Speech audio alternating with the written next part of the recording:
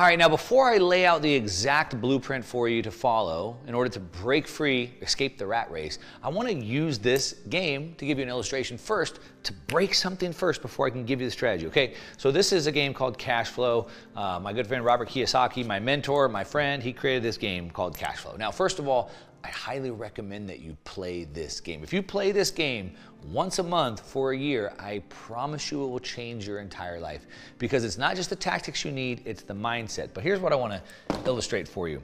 What happens is, this is sort of like the game of life. This is much more advanced, much more developed, and you basically have to go around the wheel, the rat race, until you can break free out of the rat race. And what happens is, you start out sort of like the game of life, and you draw a career card. And so there's a whole bunch that are in there, and each one of them, a career, pays you more or less money. You have income, expenses, and as you go around, you can use that income to buy assets. You can buy stocks, real estate, businesses, things like that. A doctor, an MD, is one of the highest paying job cards that you can get. If you draw the doctor, your total income is $13,200 per month. Your total expenses are $9,650, which means you have a monthly cash flow of $3,350. Now, the lowest paying job card is a janitor. The janitor has a total income of $1,600, and they have expenses of $950, which means their cash flow is only $650. So on the high end, you can be a doctor with $3,500 a month of free cash flow, or you can be a janitor with a free cash flow of $650. And what I'm about to break down for you, the blueprint to get out of the rat race, you're gonna say this only works if you're wealthy. But what I wanna illustrate for you is in this game where we can illustrate getting out of the rat race, because it's not about the amount of money that you make, it's about the strategy that you apply to the game, all right? Now that you understand that, let me give you the strategy. So there's two different mindsets that you have to play the game of cash flow or the real game of life with. Now, what most people have, unfortunately, is a consumer mindset.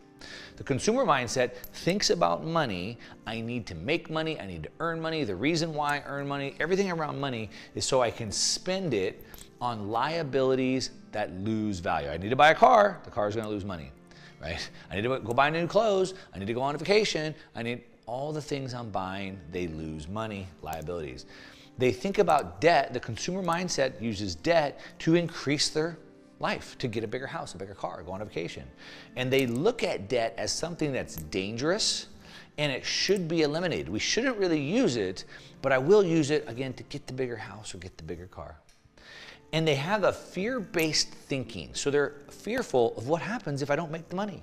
I'm fearful if I use the debt because it could be dangerous and burn my house down, right? And they play the game to not lose the game, right? So they're not being optimistic, they're not aggressively playing, they're in a defensive position all the time, a scarcity mindset. All right, the other type of mindset that you can have, not a consumer, is an investor mindset. Now, an investor mindset thinks in abundance. Why? Because they create abundance. They look at money completely different. They look at money as a tool, not to spend on liabilities that lose value. They look at money as a tool to buy assets for income. Key piece. Not liabilities that lose value, assets that go up in value. Then they use debt also as a tool, not as something dangerous to be ignored. They use it as a tool. They use it as leverage to get more, like a lever, get more output for less input. Leverage to acquire faster. Acquire what? Not liabilities faster, assets for income faster. They use strategic thinking, so they're not fearful thinking, not always afraid of what could happen. They think strategically about thinking. And then instead of playing not to lose, they're playing the game to win. They're playing offense. They're playing aggressively, strategically, but they're playing to win. This is the mindset. So regardless of the job card that I draw in the game, regardless if I'm a doctor or I'm a janitor, regardless if I have $3,000 or $600 of cash flow, it comes down to the mindset and the way that I approach the game. Again, if you really want to change your life, go play that game. Let me give you the framework now. So this is the escape the plan framework. We'll call it escaping the rat race because of cash flow. He calls it escaping the rat race. So number one, we must defend our dollars. I'm going to break all this down for you. We have to defend our dollars, number one. Number two, we have to escape the rat race. That's the first part of the game. And then number three, we can create our own, I'll come back to that in a second. Okay, let's break these down for you one by one so you can get this dialed in. Step number one, we have to defend our income, and we have to defend our wealth. What are we defending them against? We're defending them against the in-game mechanics that steal it from us, which are number one, inflation, and number two, taxes. All right? So we have to protect our income and our wealth from those things. What am I talking about? Well, number one, taxes. The best way to lose most of your money is taxes. This is the top tax rates around the world, depending on where you're at. So in the United States, it's a 37% top federal tax rate. Pretty high, but not as bad as some of the rest of the world. For example, Canada, 53%. Denmark, 56%. Austria, 50%, the UK, 45%, and Australia, 45%. So depending on where you're at in the world, about half, let's just call it about half of your money goes to taxes. Well, I need to defend my wealth against taxes for sure, because half's going to get lost there. I also have to defend it against inflation, because even after you pay your taxes, whatever you have left, the government continues to steal it from you by stealing the purchasing power by printing more money. Here's just the United States money supply right here. You can see these trend lines of how they continue to increase the rate at which they're debasing the currency. Look at these lines keep getting faster and faster. Since 2010, you've been losing about 7% of your money per year to debasement. So they tell you the CPI, consumer price inflation, is about 3%. The Fed's got a target of 2%, whatever. The real number is the rate of monetary debasement. It's about 7%. So I have to protect it against that. Now, we also have to understand how inflation really affects us. Again, it doesn't take the dollars out of your bank account. What it does is it takes away the purchasing power. So here we have a chart. This is what your income looks like on paper. I used to make $8 an hour, and I make $15 an hour. Great.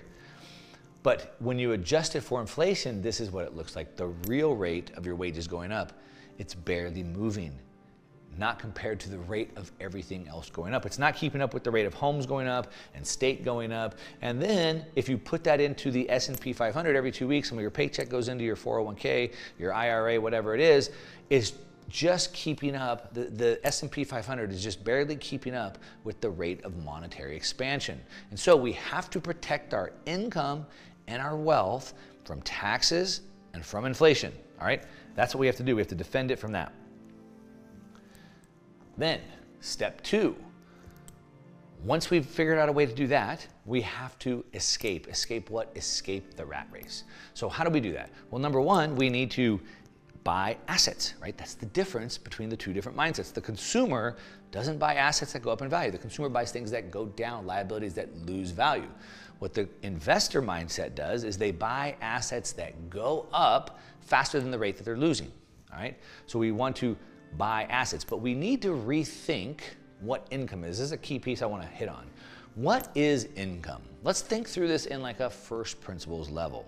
Now, most of us think of something like yield. So for example, I have to buy something that yield. Like Warren Buffett says, I wouldn't buy gold or I wouldn't buy Bitcoin because there's no yield, right? And so there's an entire crypto asset category called DeFi around getting yield from crypto assets, right? Or I have to buy a dividend paying stock, or I have to buy real estate because I need that yield.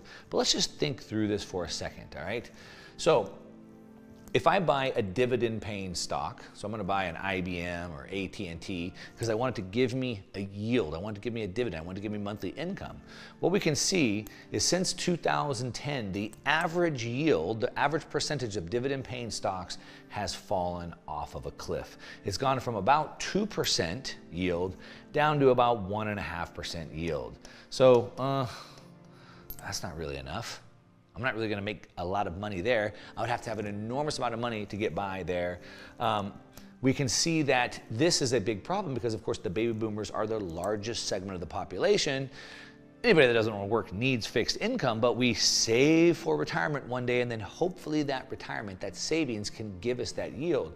So we can see that this is the entire fixed income market. We know it's about $150 trillion are sitting in this fixed income.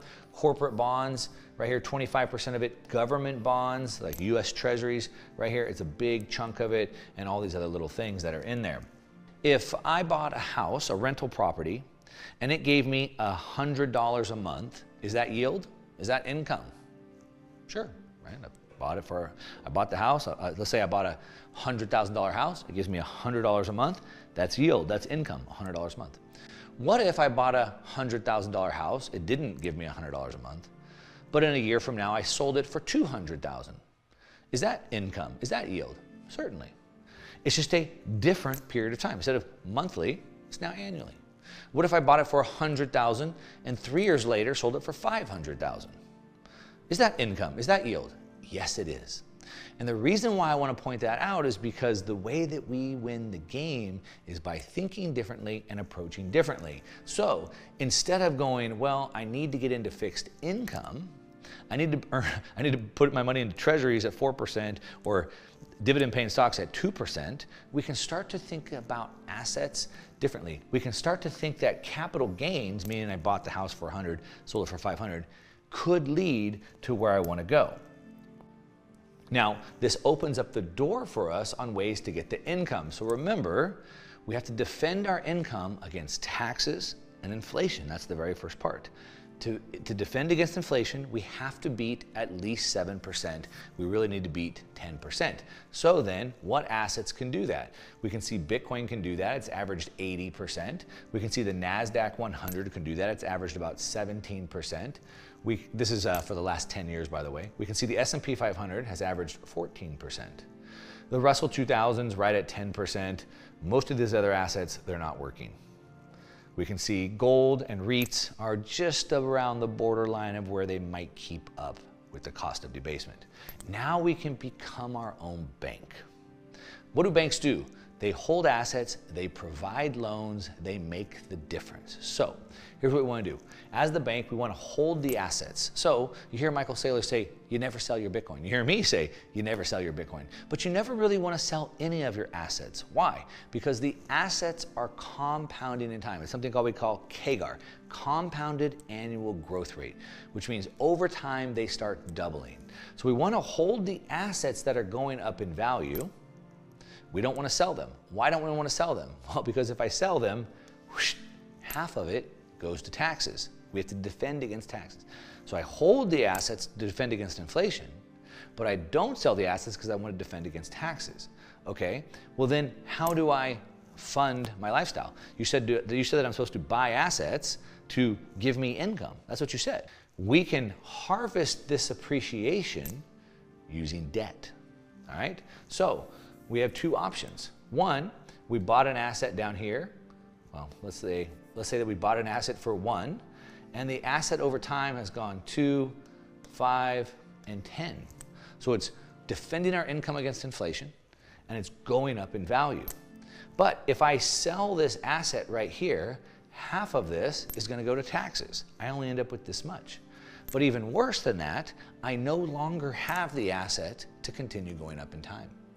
And because of the law of compounding, those last doubles are where it makes all its money. We want to hold the asset. So what we do instead is we buy an asset for 1, we hold it 2, 5, and 10, and instead of selling the asset, paying tax and no longer having it anymore, we can take just this little bit right here and we can harvest that appreciation using debt. How do we do that?